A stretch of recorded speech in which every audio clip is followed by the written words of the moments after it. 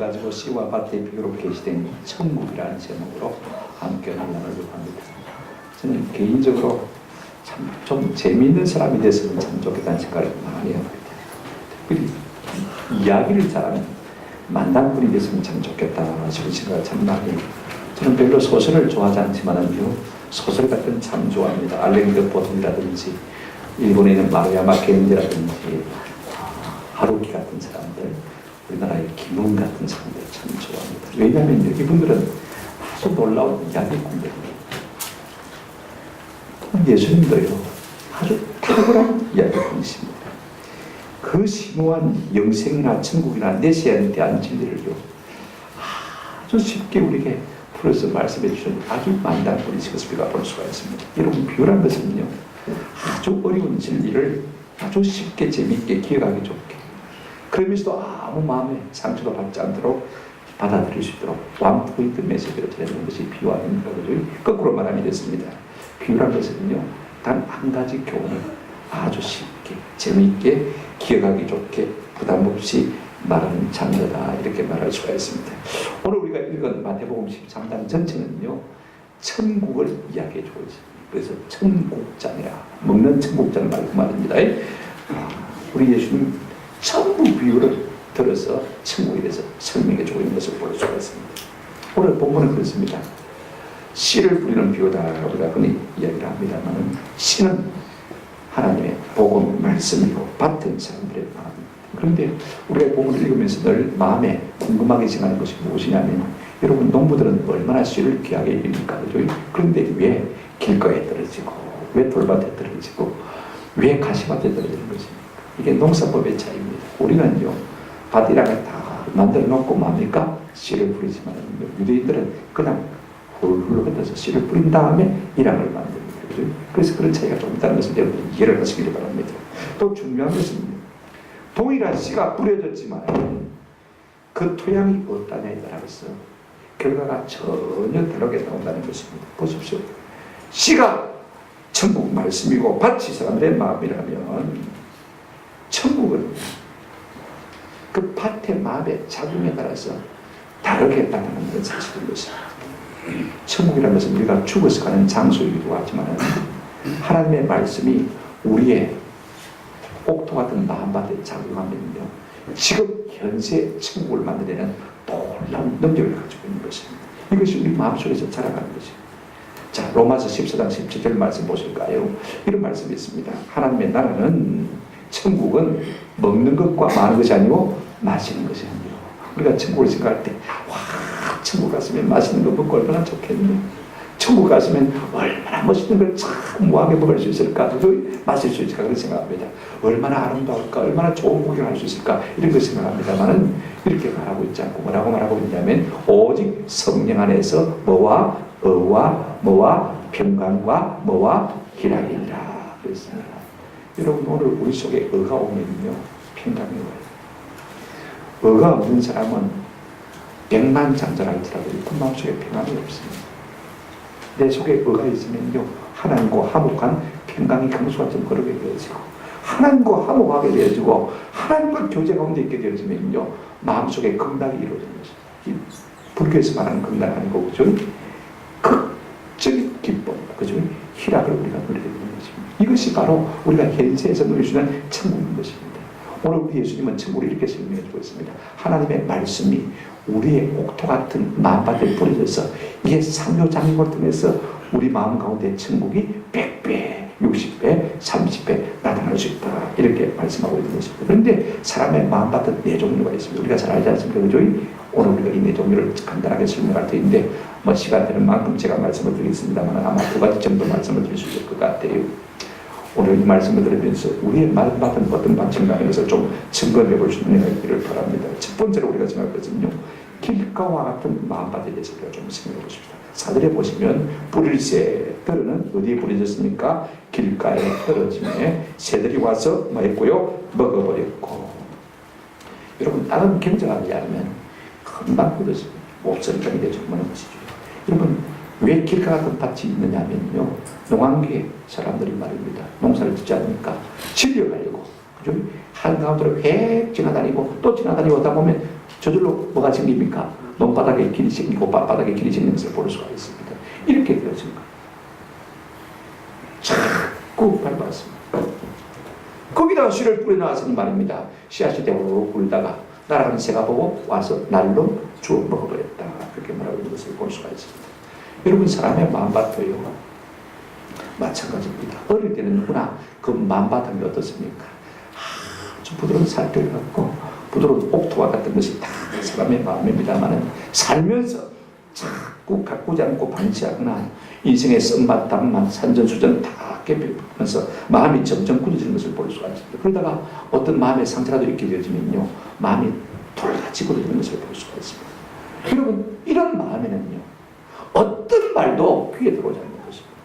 아무리 그 말씀이 위대한 말씀이고 능력이 있는 말씀이라도요, 그냥 마음에서 밖에서 때로로 그럴 수밖에 없는 것입니다. 19절에 보시면 예수님 이렇게 말씀하셨습니다. 아무나 천국 말씀을 듣고 깨닫지 못할 때는 악한 자가 와서 그 마음에 뿌려진 것을 빼앗나니고 이는 곧 길가에 뿌려진 자요 라고 말하고 있는 것을 볼 수가 있습니다.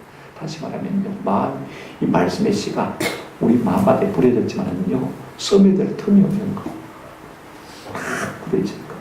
때로로 그러다가 새가 와서 날라먹어버렸다. 이렇게 말하고 있는 것을 볼 수가 있습니다. 그렇다면요, 길가와 같은 마음은 어떤 마음입니까? 여러분, 복음의 씨앗은 이미 뿌려졌습니다. 듣기도 하고 보기도 했는데 여러분, 듣고도 모르고 보고도 모르는 것입니다. 어떤 사람은요, 예수 믿는 아내하고 평생을 살면서도 예수에 대해서 눈 딱 감고 귀 딱 막고 전혀 모르는 분들이 있는 것을 볼 수가 있습니다. 평생 예배당 다녀도요, 예수 십자가 대속의 은혜를 모르는 사람이 있습니다. 왜 그렇습니까? 이렇게 생각해 보십시오. 저는 현대인들 가운데 그런 분들이 참 많다는 것을 사람들을 만날 때마다 종종 느껴요. 자기 지식으로 보장되어 있기 때문에요. 교회는 교양으로 나오는 것이지 예수 십자가 대속의 은혜를 깨닫기 위해서 나온 것은 전혀 아닌 것을 많이 깨닫게 되죠.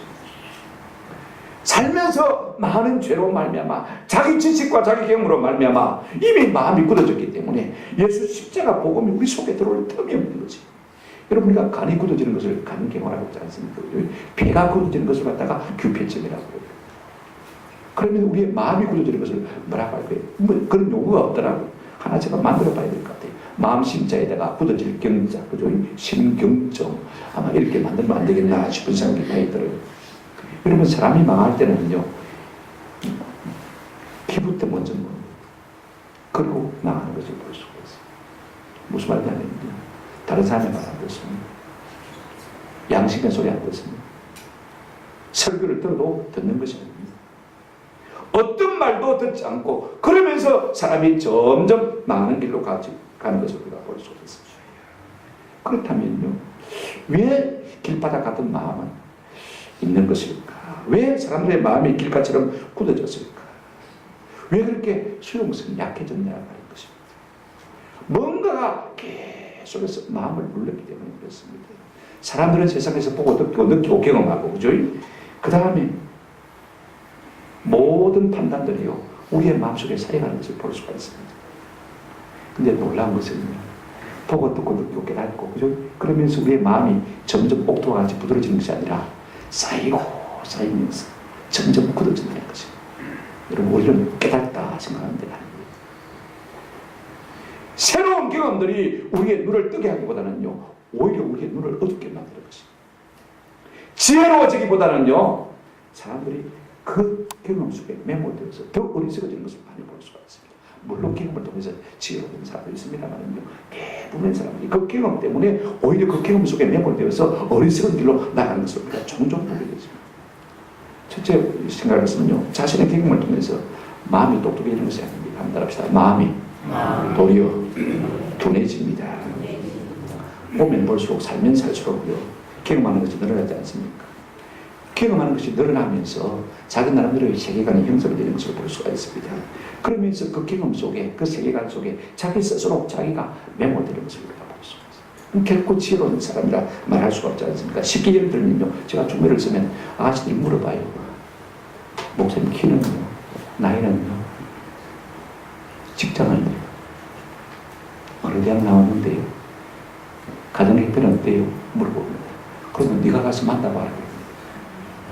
한참 사귀다가 나중에 결혼하겠다고 왔습니다. 그럼 다시 물어봅니다. 제가 물어본 대로. 그렇게 키로가 얼마 되면 어느 대학 나왔대. 직장 어디 다니는지 잘 모른대. 똑같습니다. 제가 왜 이야기를 하냐면요. 얼굴을 마주대하고 경험하게 되어지면요. 객관적인 판단력을 잃어버리는 것을 볼 수가 있습니다. 감정에 매몰되는 것을 볼 수가 있습니다. 그래서 눈이 멀어서 그쪽에 치우치게 되고 하나도 모르면서 그냥 결혼하겠다고 덤벼드는 것을 볼 수가 있습니다. 그만큼 생각이 둔해지고 판단력이 흐려진 것을 볼 수가 있습니다.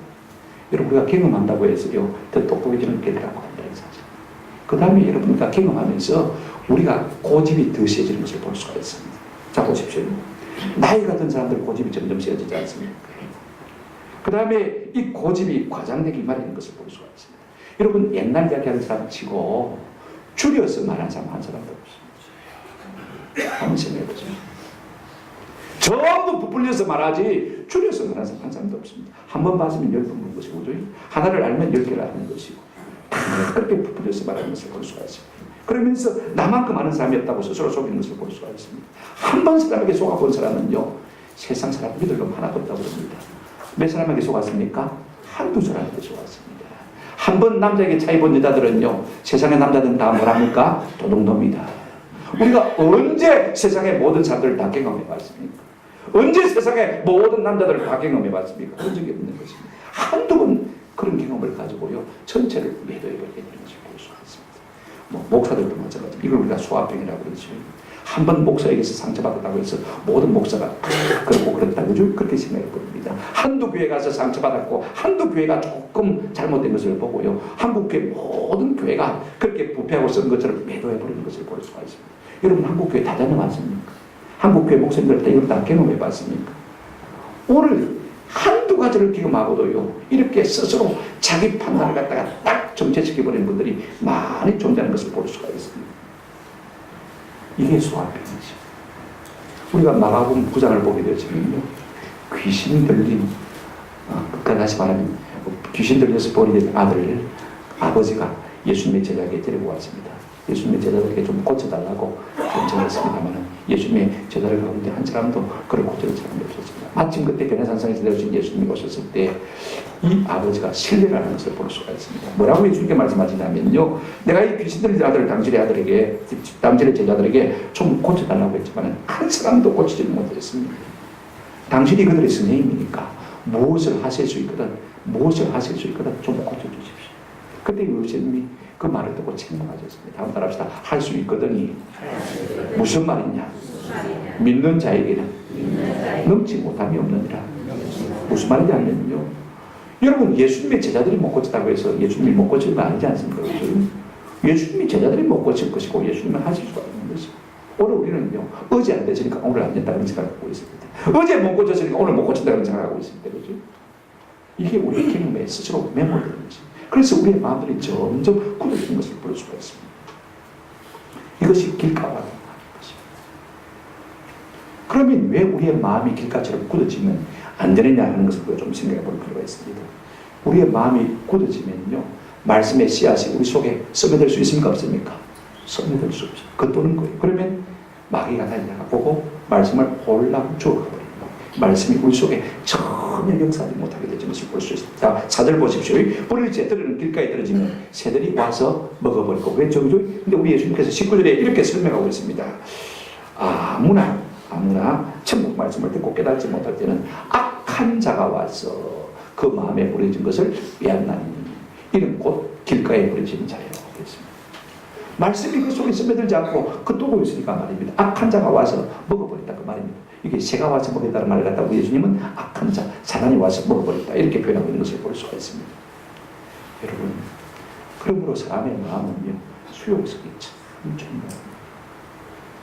내 경험으로 말미암아 스스로 매몰되지 않고 하나님의 진리의 말씀을 받아들이시는 부드러운 마음이 참 필요합니다. 수용성. 복음을 듣기는 들었는데 기독교 학교에 다니긴 다녔는데 믿은 가족을 보고 듣긴 듣고 보기는 보았는데 성경을 한두 번 펴봤겠죠. 그죠? 보기는 보았는데 그들만 배운 사람들이 있습니다. 아는 것처럼 이런 사람들 기독교 핍박이 이럽니다. 그러나 여러분 한 가지 꼭 기억해야 될 것이 있습니다. 어리석은 한번 합시다. 삶의 기회가 자주 오지 않습니다. 말씀이 우리 속에 뿌려졌기에 그렇게 자리를 잡는 것이죠.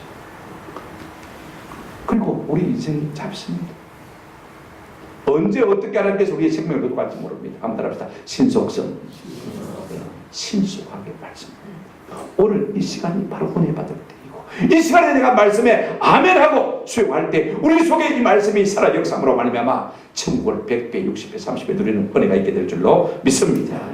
말씀이 내 속에 스며들지 않으면요, 아무리 천국이 있다해도 느껴지지도 않고, 그 천국이 깨달아지도 않고, 그 천국을 알 수도 없고, 천국을 내 것으로 만들었어요 맛보고 누릴 수도 없는 것이에요. 오늘 우리가 하나님의 말씀에 아멘하고 예수 십자가 보혈의 공로를 믿고 그 십자가의 희생을 우리 속에 받아들이면 하나님과 화목하게 되죠. 내 속에 의가 오게 되어지고, 그로 말미암아 평강과 희락이 우리 속에 강수같이 넘치는 놀라운 은혜를 경험하게 될 줄로 믿습니다. 두 번째 어떤 마음이 있습니까? 흙이 얕은 돌박 같은 마음에 대해서 우리가 좀 생각해 보고 싶다. 5절 6절 한번 보시기 바랍니다. 들으는 흙이 얕은 돌밭에 들었으며 흙이 깊지 아니하므로 곧 싹이 나오나 6절 해가 돋은 후에 타서 뿌리가 없으므로 말랐고. 이런 상태로 우리 예수님께서는 20절 21절에 다시 이렇게 설명하고 있습니다. 돌밭에 뿌려졌다는 것은 말씀을 듣고 즉시 기쁨으로 받되, 21절 그 속에 뿌리가 없어 잠시 견디다가 말씀으로 말미암아 환난이나 박해가 일어날 때에는 곧 넘어지는 자예요. 표피는 부드러워요. 그죠? 그래서 금방 말씀을 받았습니다. 여러분, 돌밭과 같은 사람들은 어떤 사람입니까? 흙 위에 돌이 어느 정도 있습니다. 그죠? 그 씨앗이 떨어졌어요. 그래서 말씀을 받습니다. 은혜를 받긴 받았는데 오래 가지를 못하는 것을 볼 수가 있습니다. 오늘 그런 분들 많이 있습니다. 교회 나와서 오니까 참 좋거든, 분위기가. 은혜 받습니다. 그리고 눈물도 흘립니다. 설교도 잘 듣습니다. 그런데 아무리 믿음의 뿌리를 내리려고 해도 바닥에 뭐가 있습니까? 돌이 있으니까 뿌리를 내릴 수가 없는 거예요. 쉽게 은혜를 받고 쉽게 수용도 했지만은 쉽게 사절하고 쉽게 포기하고 쉽게 낙심한 사람들을 우리가 주변에서 상당히 볼 수가 있습니다. 상당히 감성적이에요. 뭐가 없습니까? 의지가 없고 지치는 것이 없는 것을 볼 수가 있습니다. 아무래도 말씀을 감성으로만 받을 수밖에 없는 것입니다. 할렐루야 아멘하고 적극적으로 받긴 받는데 뭐가 그렇게 좋냐 물어보면 잘 몰라요. 무슨 말씀이 어떻게 좋냐 물어보면 잘 몰라요. 정적으로만 받았지 지적으로 의지적으로 받지 못했기 때문에 그런 것을 볼 수가 있습니다. 가슴으로만 받았지 머릿속에 그 마음속에 참된 진리가 깨달아지지 못한 것을 볼 수가 있습니다. 어떤 사람은 지적으로만 성경 공부하고 그죠? 가슴 속에 내려오자는 사람을 볼 수가 있습니다. 이런 사람들도 반만 은혜를 받은 것이죠. 가슴에 남는 것이 없는 사람들 그죠? 그러니까 이런 사람들은 마음밭에 이 하나님의 말씀의 씨앗을 받아둘 흙이 너무 얕아서 자라게 할 수 있는 그런 공간이 부족하다는 것입니다. 우리 한국 사람들 좀 대부분 그런 것을 볼 수가 있습니다. 그래서 우리 한국 교회가요, 세계 역사에 전례가 없는 학습 제도가 유일하게 우리 한국에는 있습니다. 선교사들 열심히 복음을 전해서 믿겠다고 하고 교회 생활을 하는데 보니까 세례를 주보니까 말입니다. 전혀 믿는 행동이 없어요. 말하고 행동하고 전혀 하는 거예요. 말에 어떤 신뢰가 안 가는 거예요. 그래서 안 되겠다. 그래서 법을 바꾸어서 학습 제도 유예기간 6년, 6개월을 좀 두자. 그렇게 해서 좀 확실하게 난 다음에 세례를 주는 것이 좋겠다. 여러분 생각해 보시면 지금 중국이나 그 다음에 뭐 인도라든지 방글라데시라든지 이런 나라에 가서 여러분 세례받는 사람들은요, 세례받는 과 목숨을 바꿔요. 세례받는다 그러면 결국은 가족에게서 쫓겨나는 것이고 직장에서 쫓겨나는 거 아닙니까? 그러니까 굉장히 어려움을 당하는 것입니다. 그러니까 신실할 수밖에 없는 것입니다. 오늘날 많은 사람들이 말씀 때문에 조금 어려움이 오면 그냥 그 신앙을 포기하는 것을 볼 수가 있습니다. 조금 시험이 들고 삶의 어려움이 와도요, 아이고 예수 믿어봐야 별 수 없네 하고 그냥 포기하고 낙심하고 그냥 교회를 나가는 사람을 볼 수가 있습니다. 바탕에 의지가 없습니다. 감성은 있는데 의지가 없어서 넘어지는 것입니다. 환난이나 박해가 일어날 때 뭐 그런 거 아니라도요, 말씀 때문에 자꾸 부딪히게 되어집니다. 주일 성수 문제 부딪히게 되어지고 제사 문제 부딪히게 되어지고 11조 문제 부딪히게 되어지고 그러다가 막 교단 건축까지 한다고 하면 아이고 안 되겠다 싶어서 그냥 주저앉아버립니다. 교회를 옮기는 게 아니고 그냥 주저앉아버리는 것을 볼 수가 있어요. 요즘처럼 뭐 정부가 동성배법을 추진하고 말입니다. 그죠? 교회가 목소리 집단처럼 정부가 몰아가면요, 많은 사람들이 아마 교회를 떠날 것 같아요.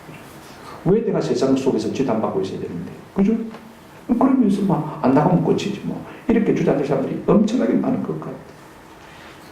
그러면 왜 돌밭, 흙이 얕은 사람, 마음의 표피가 굳지를 못한 사람들은 왜 그런가 하는 것을 좀 생각해 볼 필요가 있습니다. 우선 오늘 시대에 신화가 그렇습니다. 포스트 모더니즘 시대는요, 모더니즘 시대는 모든 게 정함이 없습니다. 자, 여러분, 권위 소용없습니다. 그 다음에 질서 소용없습니다. 그 다음에 진리 있습니까? 없습니까? 내가 옳다고 생각하면 그게 진리입니다. 그죠? 이게 일정한 진리가 없어요. 모든 것이 다 상대화시키면서 상대적인 것을 볼 수가 있습니다. 야고보서 1장 8절에 보면 두 마음을 품어 모든 일에 정함이 없는 자. 사람들이 이럴까 저럴까 차라리 돌아서 마음에 정함이 없어요. 갈피를 잡지 못하는 것을 볼 수가 있습니다. 이방인의 하여가가 아마 우리 가운데 좀 적응이 될 까지 이런들 넣었다리 저런들 넣었다리 만수산 드렁치기 얽어진들 넣었다리 우리도 이와 같이 얽혀서 100년까지 일이라 이 시종입니다. 이래 산들 저래 산들 뭐 살다가 보면 끝이 나겠지. 그죠? 진리의 기준이 전혀 없는 것을 우리가 볼 수가 있습니다. 그러나 여러분 한 가지 꼭 기억해야 될 것이 있습니다. 이사야 23장 26장 3절에 보면 주께서 그 다음에 이렇게 말씀하고 있습니다. 심지 호롱의 심지 아닙니다. 마음의 뜻, 마음의 심지가 견고한 자를 평강하고 평강하도록 지키시니 이는 그가 주를 마음이니다 신뢰합니다. 주께 확 붙어있는 그 사람을 평강의 평강으로 이끌어 지키시겠다 약속하셨습니다. 오늘 이 같은 은혜가 우리 가운데 있기를 주의 이름으로 축원합니다. 보편적으로 우리의 마음을 정하지 못하고 교회도 가보고 천주교도 가보고 절에도 가보고 세상 좋다는 것 다 해보고 그죠? 자꾸 흔들리면요. 그러면 그럴수록 우리의 마음은 더 불안한 것입니다. 거기서 진리를 찾을 수가 없는 것입니다. 왜 흙이 얕으면 안 되는 것입니까? 여러분 흙이 얕으면 마음의 표피가 같으면요 씨가 자랄 수 없지 않습니까? 21절에 보십시오. 그 속에 뿌리가 없어 잠시 견디다가 말씀으로 말미암아 환난이나 박해가 일어날 때는 곧 넘어지는 자예요. 결국 흙이 얕으면요 씨가 뿌리를 내리지 못하는 것을 볼 수가 있습니다. 조금만 덥거나 춥거나 해도 씨가 죽어버립니다. 더우면 덥다고 죽어버리고 추우면 춥다고 얼어 죽어버리고 견디지를 못하는 것입니다. 그러니 여러분 조금만 어려운 문제가 내 삶 가운데 올 때 그죠? 그 다음에 신앙의 어려운 문제가 우리 속에 생길 때 넘어질 수밖에 없는 것입니다. 중요한 것은 이렇습니다. 결단하고 진짜 소중한 것을 하나 붙드는 마음이 있어야 그 마음이 깊은 마음이 되어집니다. 자, 이런 것을 생각해 보십시오. 예를 들면 이렇습니다. 아르바이트 하는 사람이 좋은 회사에 합격 통보를 받았습니다. 그러면 아르바이트 계속할 필요가 있을까요? 없을까요? 할 시간도 없지만 그죠? 그 좋은 직장에 가는 것이죠. 생각해 보십시오. 남자로부터 어떤 멋있는 남자로부터 청혼을 받았습니다.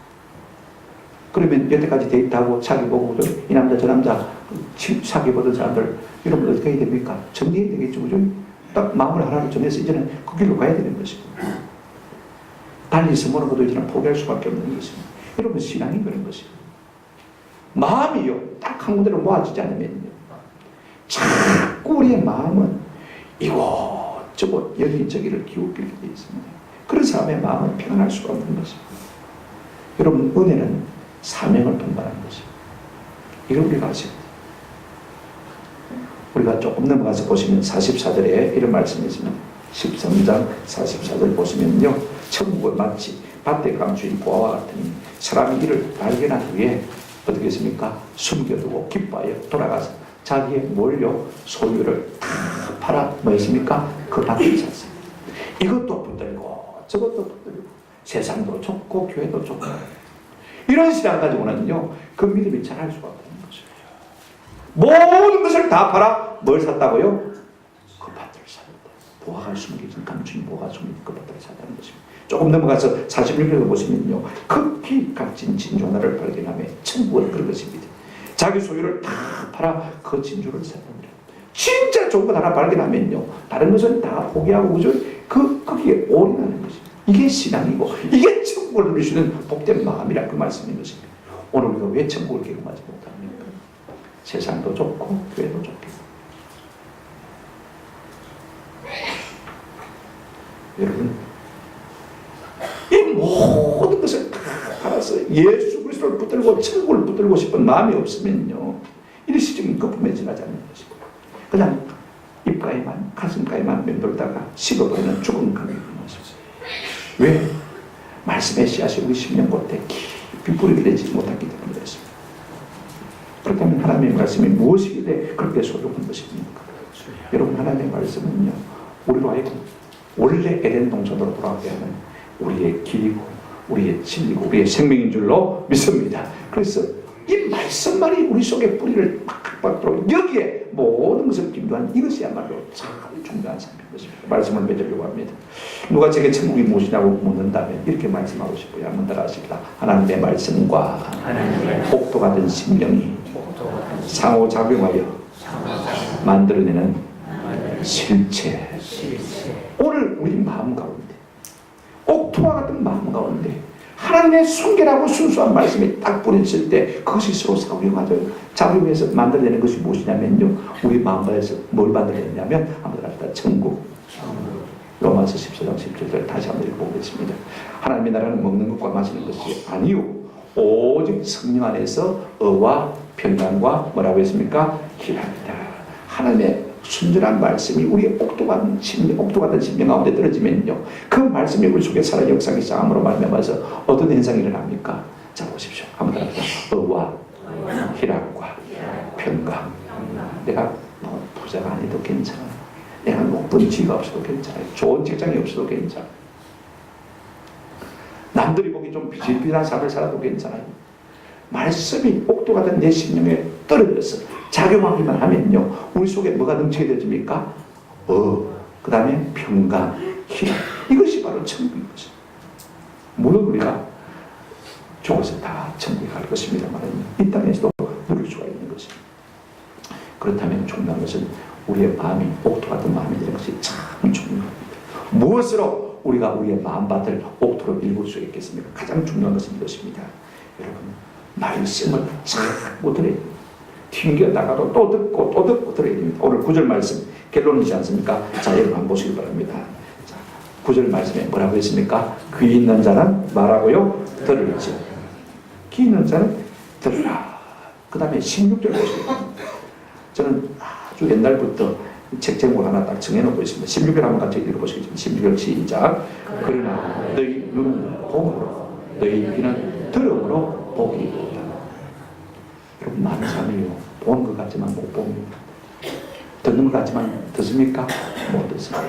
진짜 보기는 눈과 보기는 귀는요, 보는 눈이고 그 다음에 듣는 귀입니다. 아멘?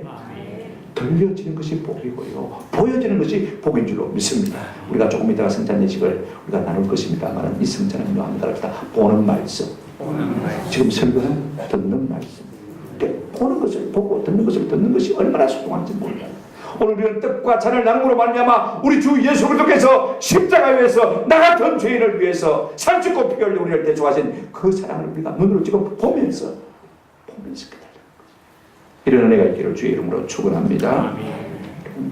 말씀의 진리로 우리의 마음을 갈아엎으면요, 우리의 마음이 점점 복되게 되어지는 것입니다. 우리 주님은 수시로 귀 있는 자는 들을지라, 듣는 자는 살아나리라 말씀하셨습니다. 여러분, 듣는 마음이 지혜입니다.